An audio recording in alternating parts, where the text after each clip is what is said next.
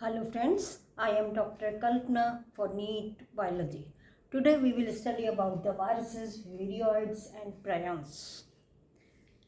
हमने विटेकर का 5 kingdom classification पढ़ा है, लेकिन वहाँ पे वायरस का कोई भी जिक्र नहीं हुआ, क्योंकि वो क्लासिफिकेशन लिविंग ऑर्गेनिज्म का है और वायरसेस को हम लिविंग नहीं मानते।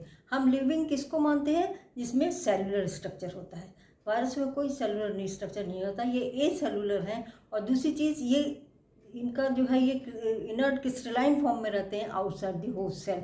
होस्ट सेल में जब ये जाते हैं तब ये उसकी मशीनरी को यूज़ करके अपना रिप्लिकेशन करते हैं, अदरवाइज ये इनर्ट रहते हैं। तो इस तरह से ये ऑब्लिगेट पैरासाइट्स हैं, मतलब ये इनको होस्ट सेल चाहिए अपने लिविंग के लिए, और आउटसाइड यदि लिविंग सेल जाएंगे तो ये इनर्ट क्रिस्टलाइन फॉर्म में रहते हैं। वायरस का डिस्क्रिप्शन यदि हम पढ़ेंगे तो सबसे पहले हमें कुछ साइंटिस्ट के नाम बहुत ज़रूरी हैं। सबसे पहले नाम आता है पाश्चर का, जिसने कि इसका नाम दिया वायरस। वायरस का मतलब होता है वेनम और पॉइजनस फ्लूइड, ये नाम दिया पाश्चर ने।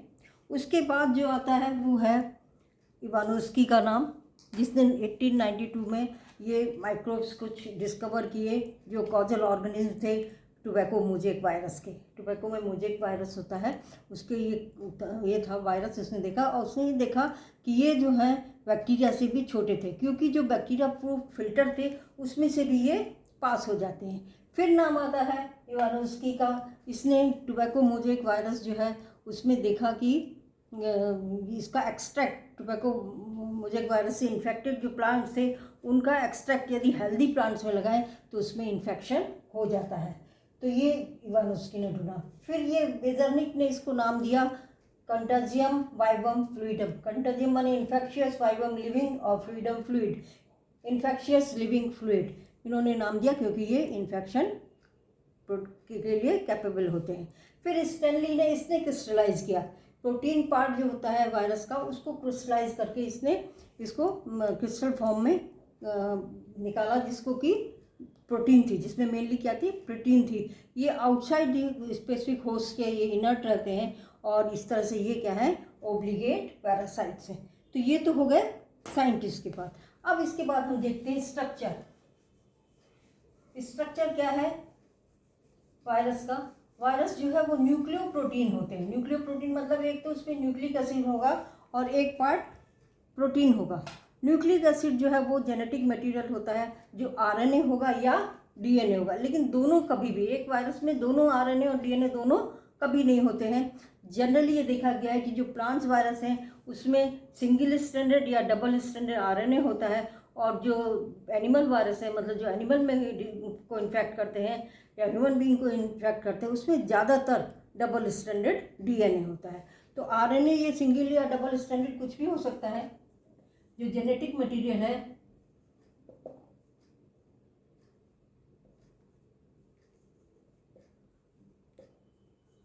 वो क्या होगा? सिंगल स्ट्रैंडेड या डबल स्ट्रैंडेड, और डीएनए ये तो डबल स्ट्रैंडेड होगा ही, ये रहता है। इसके अलावा जो बैक्टीरियोफाजेस होते हैं उसमें भी डबल स्ट्रैंडेड डीएनए होता है। बैक्टीरियोफाजेस क्या होते हैं? जो बैक्टीरिया को इन्फेक्ट करते हैं। बैक्टीरियोफाजेस का मतलब होता है ईटिंग बैक्टीरिया। ये बैक्टीरिया को इन्फेक्ट करते हैं और फिर बैक्टीरिया को किल कर देते हैं। ये होते हैं, इसमें डबल स्ट्रैंडेड डीएनए होता है ज़्यादातर। ये तो हो गया न्यूक्लिक एसिड की बात। बैक्टीरियोफाजेस में ये न्यूक्लिक एसिड है, इसमें ये टोबैको मोजेक वायरस में ये न्यूक्लिक एसिड कॉइल के फॉर्म में है, और उसके बाहर जो प्रोटेक्ट करता है इसको वो क्या होता है? प्रोटीन पार्ट होता है। इसमें ये प्रोटीन पार्ट है, ये कैप्सिड, इसको कैप्सिड कहते हैं, और इसमें जो एक एक यूनिट है उसको कैप्सोमियर कहते हैं। इसी तरह से ये बैक्टीरियोफाजेस में यहाँ अंदर ये क्या है? न्यूक्लिक एसिड है, और बाहर जो है ये प्रोटीन कोड है in the form of hexagon.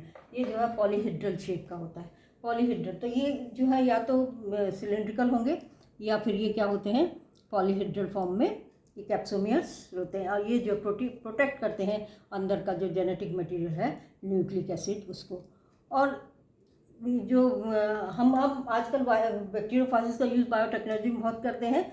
जब रिकॉम्बिनेंट डीएनए टेक्नोलॉजी थी, जहाँ हमें डीएनए का एक पार्ट दूसरे में ऑर्गेनिज्म में ट्रांसफ़र करना होता है तो वहाँ क्लोनिंग वेक्टर यूज़ करते हैं, प्लाज्मिड यूज़ करते हैं। उसी तरह से बैक्टीरियोफाजिस को भी यूज़ किया जाता है। ज़्यादा डिटेल हम बायोटेक्नोलॉजी में पढ़ चुके हैं। देखना हो वीडियो तो आप देख सकते हो, मेरा अवेलेबल है। एंड ह्यूमन बीइंग में जो वायरस डिजीज़ कॉज करते हैं वायरसेस, उसमें क्या आता है, मम्प्स, यहाँ पे इन्फेक्शन हो जाता है वायरस का। उसके बाद स्मॉल पॉक्स, फिर हर्पीज वायरस,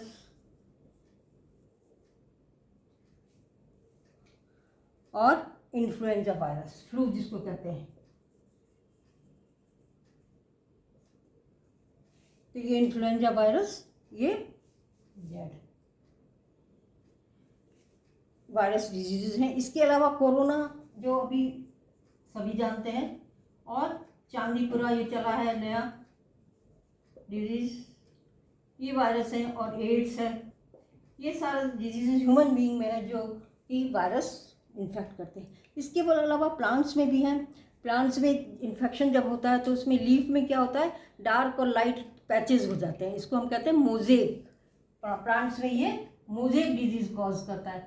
जैसे कि ये है टोबैको मोज़ेक वायरस, ये इन्फेक्ट करेगा जब टोबैको प्लांट में, तो उसकी लीफ जो है उसमें डिसकलरेशन हो जाएगा, कहीं डार्क कहीं हल्का। ये मोज़ेक पैटर्न कहलाता है। या क्या हो सकता है, लीफ रोलिंग, लीफ जो है मुड़ जाती है या कर्ल हो जाती है। इसके अलावा क्या होता है, जो लीफ है ये लीफ है, और यहाँ पर इसमें क्या है, वेन्स होती हैं। तो ये पोर्शन छोड़ के बाकी पूरा पोर्शन क्या हो जाएगा, ग्रीन हो जाएगा। ये तो पूरा ग्रीन हो गया,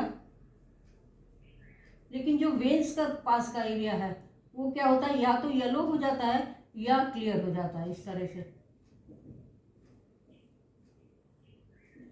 तो हमें क्लियर या येलो वेन्स दिखाई देंगी, तो इसको येलोइंग ऑफ वेन्स या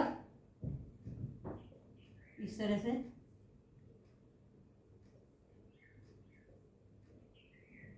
ये सबसे ज़्यादा कॉमन भिंडी में दिखता है, येलोइंग ऑफ वेन्स, जब इन्फेक्शन होता है वायरस का तो वहाँ पर। और जो प्लांट होगा उसकी ग्रोथ क्या होगी, स्टंटेड, ड्वार्फ हो जाएगा प्लांट, जो है उसकी ग्रोथ रुक जाती है। तो इस तरह से ये तो हो गया स्ट्रक्चर, और ये डिजीज़ जो प्लांट्स में और जो एनिमल्स में होती हैं। और तीसरा जो ये इन्फेक्ट करते हैं वो हो गया इंसेक्ट्स को, उसमें बैक्टीरिया को, बैक्टीरियोफाजिस। इसके अलावा एक बैकुलो वायरसेस भी होते हैं।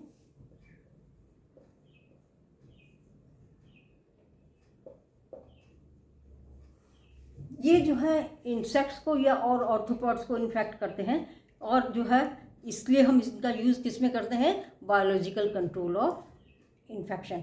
जो बायोलॉजिकल कंट्रोल, इंसेक्टिसाइड वगैरह ना यूज़ करके हम क्या करेंगे, इन वायरसेस का यूज़ करते हैं। और ये वायरस जो है न्यूक्लियो पॉलीहेड्रो वायरस जीनस में आते हैं और बैकुलो वायरस कहलाते हैं। ये किसको यूज करेंगे, इंसेक्ट्स या दूसरे आर्थ्रोपॉड्स को, जो कि ज़्यादातर प्लांट्स में इन्फेक्ट करते हैं। तो हमें इंसेक्टिसाइड नहीं यूज़ करना होगा, ये बायोलॉजिकल कंट्रोल हो जाता है। तो इससे ये फ़ायदा होता है। अब हम आते हैं, ये तो हो गया वायरस के बारे में। अब हम आते हैं एक वीरियोइड्स।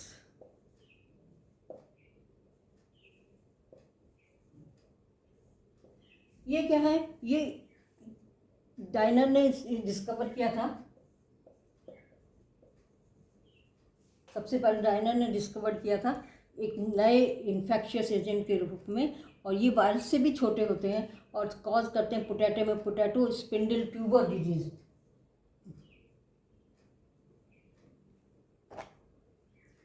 Potato,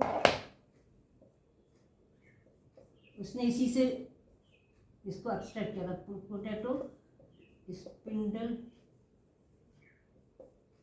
tuber disease. ये जो है पोटैटो स्पिंडल ट्यूबर डिजीज़ करते हैं कॉज।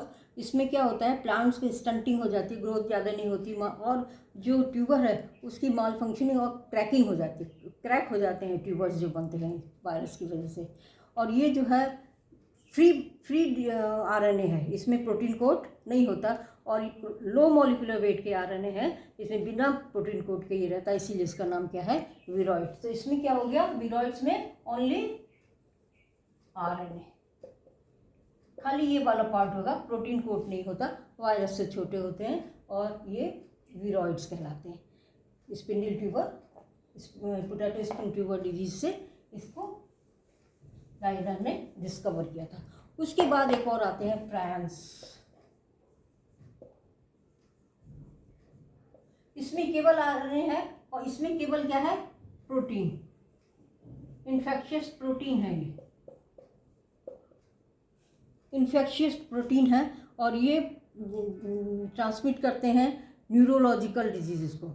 न्यूरोलॉजिकल डिजीज़ ज़्यादातर ये कैटल में होते हैं। इसमें क्या होता है, प्रोटीन का स्ट्रक्चर हमने पढ़ा है, primary structure, secondary, tertiary, quarterly structure. इसमें एबनॉर्मली फोल्ड हो जाती है प्रोटीन, और ये जो है एबनॉर्मली फोल्डेड प्रोटीन्स होती हैं और ये वायरस की साइज़ की ही होती हैं इसमें। और ज़्यादातर ये जो है डिजीज़ करती हैं कैटल में, और उसमें उसको कहते हैं बोमाइन स्पंजीफॉर्म एन्सेफेलोपैथी। बोमाइन स्पंजीफॉर्म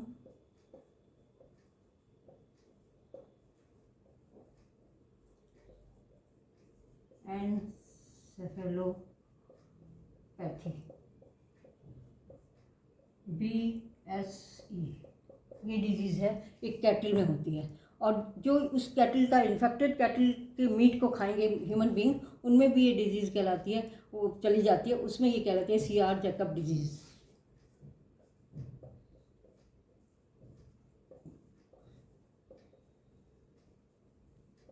CJD। इसमें क्या होता है CJD में कि ये जो है, या इसमें भी, दोनों में ही, ये एक्चुअली क्या करती है, रैपिड मेंटल डिटेरियोरेशन, मेंटली जो है डिटोरिएट हो जाता है, एनिमल हो या ह्यूमन बीइंग हो। इस तरह से ये प्रायंस जो है ओनली प्रोटीन्स होते हैं, और मनुष्य में ये CJD और कैटल में BSE। तो इस तरह से ये हो गया वीरॉइड्स और प्रोटीन। तो ये वायरस हो गया, वायरस में दोनों होंगे, न्यूक्लियर प्रोटीन होगा, न्यूक्लिक एसिड होगा, प्रोटीन होगा। वीरॉइड्स में ओनली न्यूक्लिक एसिड होगा और प्रायंस में ओनली प्रोटीन होगा। सब इन्फेक्शियस हैं और ये होस्ट सेल से बाहर क्या होंगे, इनर्ट रहते हैं, और जैसे ही होस्ट सेल में पहुंचते हैं ये उसका मशीनरी को यूज़ करके अपना रेप्लिकेशन कर लेते हैं। तो आशा है समझ में आ गया हो। अच्छा लगे तो वीडियो तो लाइक कीजिए, शेयर कीजिए और चैनल को सब्सक्राइब कीजिए। Thank you.